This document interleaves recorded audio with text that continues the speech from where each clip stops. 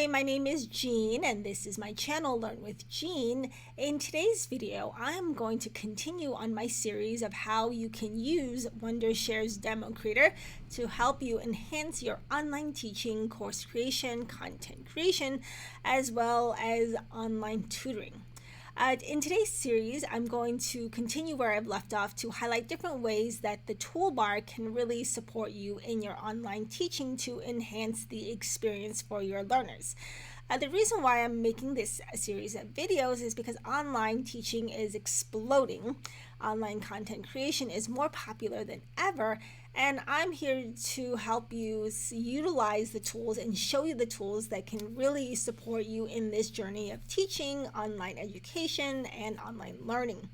The reason why I think this is important is because when you really deliver and enhance the experience of your content and your experience of teaching, you can really deliver a more impactful experience for your learners. And when your learners really can see the results and impact they are getting from your course and from your content, they're more likely to continue through with you and become a long-time customer. So the behind the scenes goal of all this is to really help you retain more students, to make a difference online in different ways, and to distinguish your teaching. I think that there's lots of different tools out there that can help you become a content creator.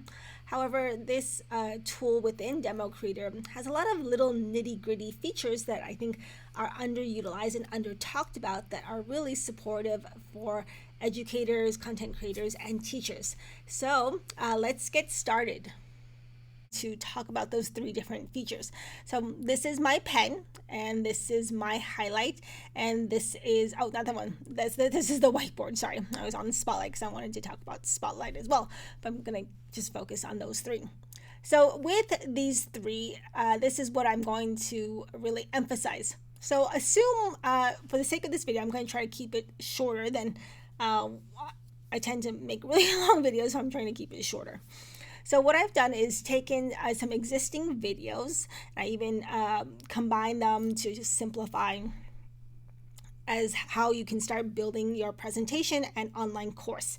So the first thing I did was I made took a blank background. So if you go to templates, you go to backgrounds, there's a lot of different templates, but I just took the blank one as a title slide for your online course.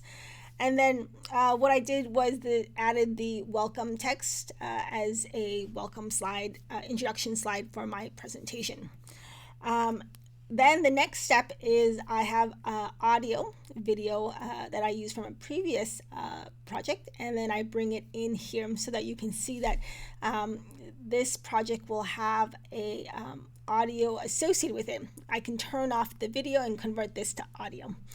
So I have this introduction slide, and then the next part of my course is I actually have the content. And so assuming here, I brought in the video, and then here is where all the text that I can customize the bullet points in my lesson slide. And so with this pen tool, I can pick different colors and emphasize, let's just say I'm teaching about the history of higher education. And I want to say, like, as I'm talking, I'm going to highlight and underline each bullet point so that my students know when I'm talking, I'm not just talking, I'm referencing each bullet point. So I try to adjust the timing of my video so that as I'm talking about each bullet point, I'm underlining it so that there is an effect of paying attention to the first bullet point, then the second bullet point, and then the third bullet point. And then once I'm done, I can erase this because then I don't want it to clutter my screen. Then the second key element that can really amplify your teaching is the highlight tool. In this highlight tool, this is where if I have an image, so let me just bring in an image as an example. So then the next step of what I want to do is if I'm highlighting an image, I'm going to go into my library. So I'm just going to show you my library here, and then go into import media.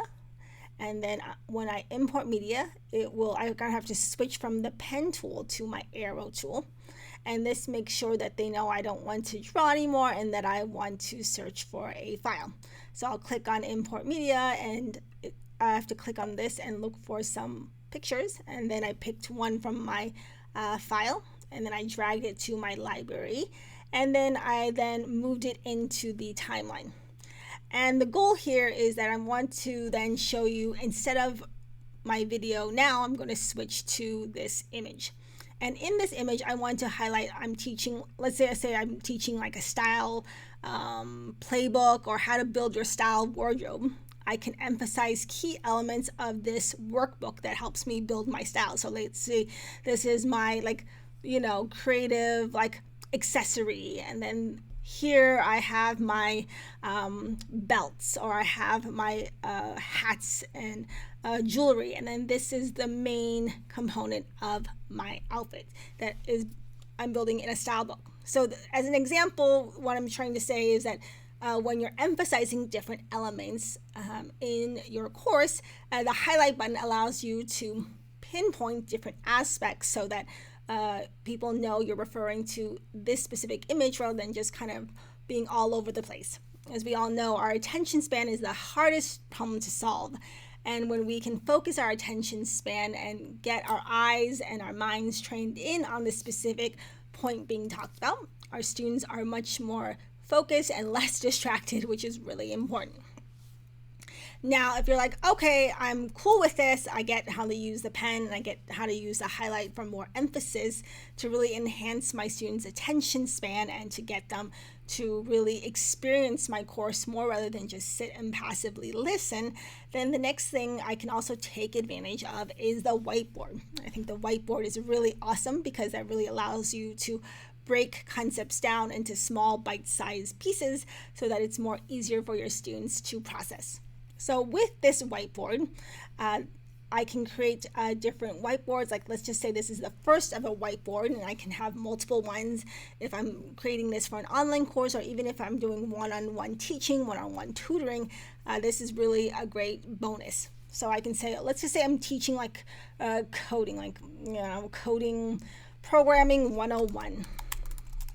I saw programming 101. Programming 101. Teaching the basics of Python programming. I don't do Python programming anymore, but if I were, I would just use this as my title of my whiteboard. Then I can say, A plus B equals C. That's not the real code, but I'm just giving you an example. If that's how I were to teach coding, I could teach the same way, is to break everything down into little bite-sized pieces so that my students can see. Same thing with math. I can do another equation of 1 plus 1 equals 2. Equations 1 out of 2 equals 0.5. So there's a lot that I can do on my whiteboard, and I can create different lesson plans, and I can make my whiteboard very visually appealing. I can add colors, I can add charts and graphs and images, I can add shapes. So let's just say I'm talking about the pi circle. I can just draw the circle and show pi, whatever the pi equation is. So my whole thing is that all of these different features can be combined together to really make your presentation and your slides and your lessons so much more impactful.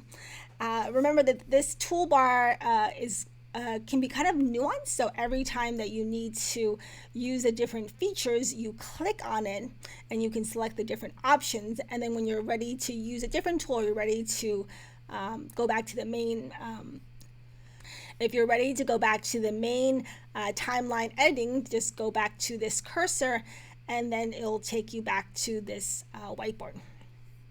Now, if you're like, okay, I had a really good session with a student, I really liked the way I broke down this whiteboard and I'm going to use it again for the future, then you can click save, and then it'll automatically save here, and it'll save your whiteboard.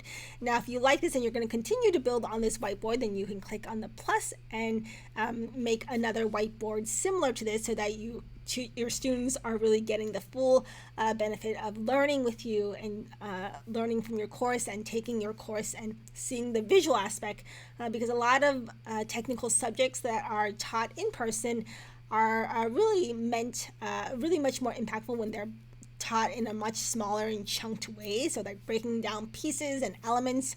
And so you're like, okay, cool, I get this. And now I'm done with my whiteboard, and I can close out of this by clicking X. And now I'll go back to my timeline here. and switch my cursor and then go back to the main timeline. Oh, let me edit all this out. Erase this because now you see the highlight. Now you can see I've built my presentation for my online course with this background under templates. I used a white background. Oh, gotta switch back to the cursor. I used a white background, and then I brought in the text element from the transitions tab here. You can pick is it transitions? Hold on. I think it's not in transitions, it is in annotation. So I can search text and then drag it to my timeline, and it'll say default text in this box here, but I can change it to say welcome as my introduction slide. And then as I'm ready to build this presentation and build my online course slides, then I can leverage the templates and then take the ones with the different templates already with the bullet points and then just bring it into my timeline so that I can see the progression of how I'm starting my video lessons to how I'm transitioning to the next topic and or slide. And then here I'm going to drag this cursor over so that you can see once I'm in here I can bring in my video and audio as well. And then there is bullet points that I can edit here, so I can say, I don't know, bullet point 1, bullet point 2, and then I can change the font size, font type, and then color. I can adjust the spacing. All this is really going to make students see how much more effort I put into teaching so that they can become better students and learners. So this is an overview of the screen, highlight, and whiteboard that can be used for a lot of different subjects from design, architecture, math, programming, even history classes, because you can really use images to be highlighted and amplified and to show the elements of different history buildings and history of different geography. So online teaching has the power to really transform our students' experience. So I hope this video was helpful. Let me know if you have questions, comments, or feedback on how I can help you in your online teaching course creating journey. Thanks for watching, and I will talk to you soon.